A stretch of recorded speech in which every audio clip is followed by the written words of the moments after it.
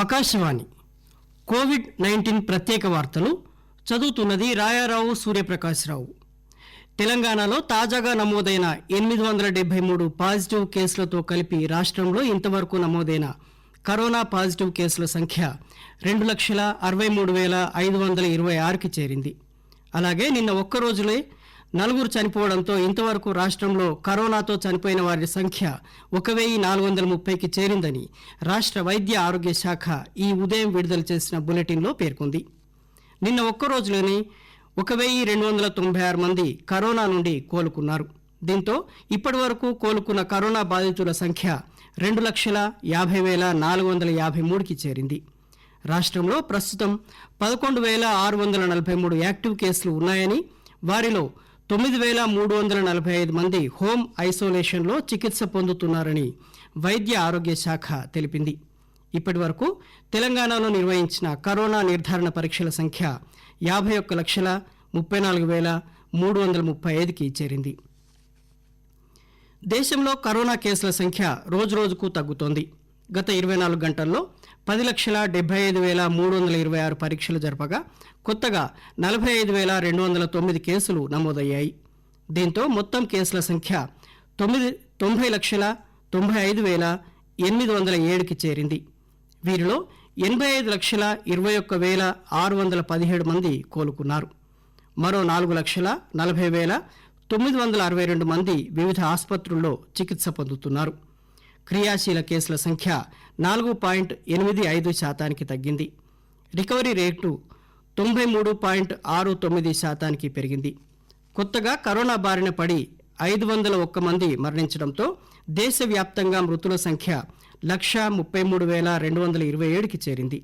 నిన్నటి వరకు దేశవ్యాప్తంగా 13,17,33,134 నమూనాలను పరీక్షించినట్టు ఐసీఎంఆర్ వెల్లడించింది. రాష్ట్రంలో కొత్తగా నమోదవుతున్న కరోనా కేసుల సంఖ్య గత వారం రోజులుగా కొంత తగ్గినప్పటికీ వైరస్ ముప్పు మాత్రం తొలగలేదని, మరో 2 నెలలు ప్రజలు జాగ్రత్తలు పాటించాలని ప్రజారోగ్య శాఖ సంచాలకులు డాక్టర్ జి శ్రీనివాసరావు సూచించారు. ఎన్నికల నేపథ్యంలో గ్రేటర్ హైదరాబాద్ ప్రజలు మరింత అప్రమత్తంగా ఉండాలని, రాజకీయ పార్టీల నాయకులు కార్యకర్తలు తప్పకుండా మాస్కులు పెట్టుకోవాలని విజ్ఞప్తి చేశారు. వైద్య విద్య సంచాలకులు డాక్టర్ రమేష్ రెడ్డితో కలిసి ఆయన మీడియాతో మాట్లాడారు. జీహెచ్ఎంసీలో ప్రచారానికి బయటకు వచ్చేవారంతా మాస్క్ ధరించాలని, ఆ బాధ్యత రాజకీయ నాయకులే తీసుకోవాలని అన్నారు. వైరస్ లక్షణాలు స్వల్పంగా ఉన్నా టెస్టులు చేయించుకోవాలని, ప్రచారానికి దూరంగా ఉండాలని పేర్కొన్నారు. కరోనా బాధితులు డిసెంబర్ 1వ తేదీన జరిగే జీహెచ్ఎంసీ ఎన్నికల పోలింగ్లో పాల్గొని తమ ఓటు హక్కును వినియోగించుకోవచ్చని రాష్ట్ర ఎన్నికల సంఘం తెలిపింది. కోవిడ్ నిబంధనలు పాటిస్తూ సాయంత్రం 5 నుండి 6 గంటలలోపు కోవిడ్ బాధితులు పోలింగ్ కేంద్రాల్లో ఓటు హక్కు వినియోగించుకోవచ్చని ఎన్నికల సంఘం తెలిపింది. దివ్యాంగులు, వృద్ధుల కోసం పోలింగ్ కేంద్రాల వద్ద ర్యాంపులు, వీల్ చైర్లు ఏర్పాటు చేయాలని, వీల్ చైర్లు తోయడానికి వాలంటీర్లను కూడా నియమించాలని ఎన్నికల అధికారులను ఎస్ఈసి ఆదేశించింది. దివ్యాంగులు, వృద్ధులు, పసిపిల్లల తల్లులు క్యూలైన్తో సంబంధం లేకుండా నేరుగా ఓటు వేయవచ్చని పేర్కొంది. దేశ రాజధాని ఢిల్లీలో కరోనా వైరస్ కేసులు ఎక్కువ సంఖ్యలో నమోదవుతున్న నేపథ్యంలో మాస్క్ ధరించడంతో పాటుగా ఇతర కోవిడ్ నిబంధనలను ఉల్లంఘించిన వారిపై ఢిల్లీ ప్రభుత్వం జరిమానా విధిస్తోంది.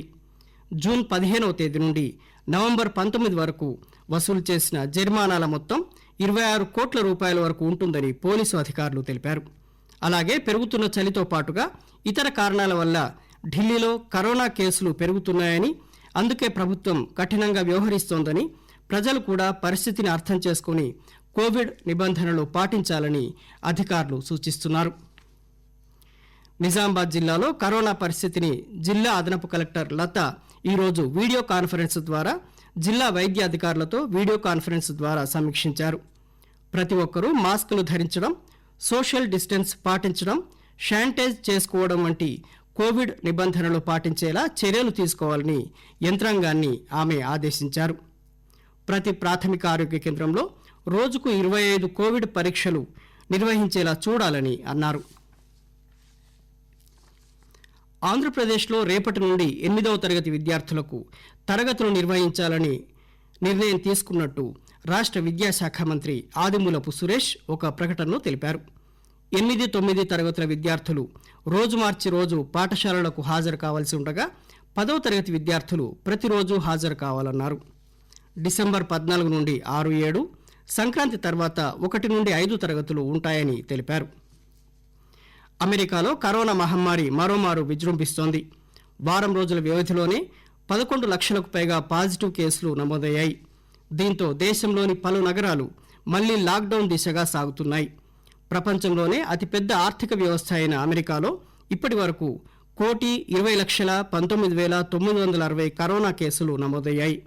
అందులో 2,55,414 మంది బాధితులు మరణించారు. ఆర్టీసీ కార్మికులకు కరోనా లాక్డౌన్ కాలానికి చెల్లించవలసిన బకాయిలను రాష్ట్ర ప్రభుత్వం విడుదల చేసింది.